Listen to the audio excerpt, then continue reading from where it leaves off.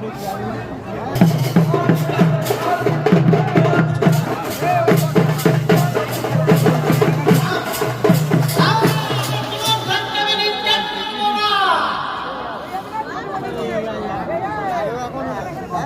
গরিব চাষিদের উপর অন্যায় অত্যাচারের বিরুদ্ধে আমাদের ভারতীয় বিজয় বিপ্লবীরা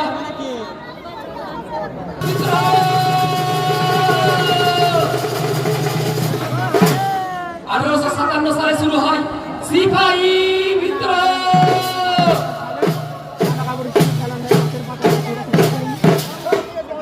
নদিয়া চৌরাচা গ্রামের দুই বীর সন্তান বিষ্ণুচরণ বিশ্বাস ও দিগম্বর বিশ্বাসের নেতৃত্বে 1859 সালে শুরু হয় বিরসা মুন্ডার নেতৃত্বে 1899 সালে শুরু হয় মুন্ডা বিদ্রোহ।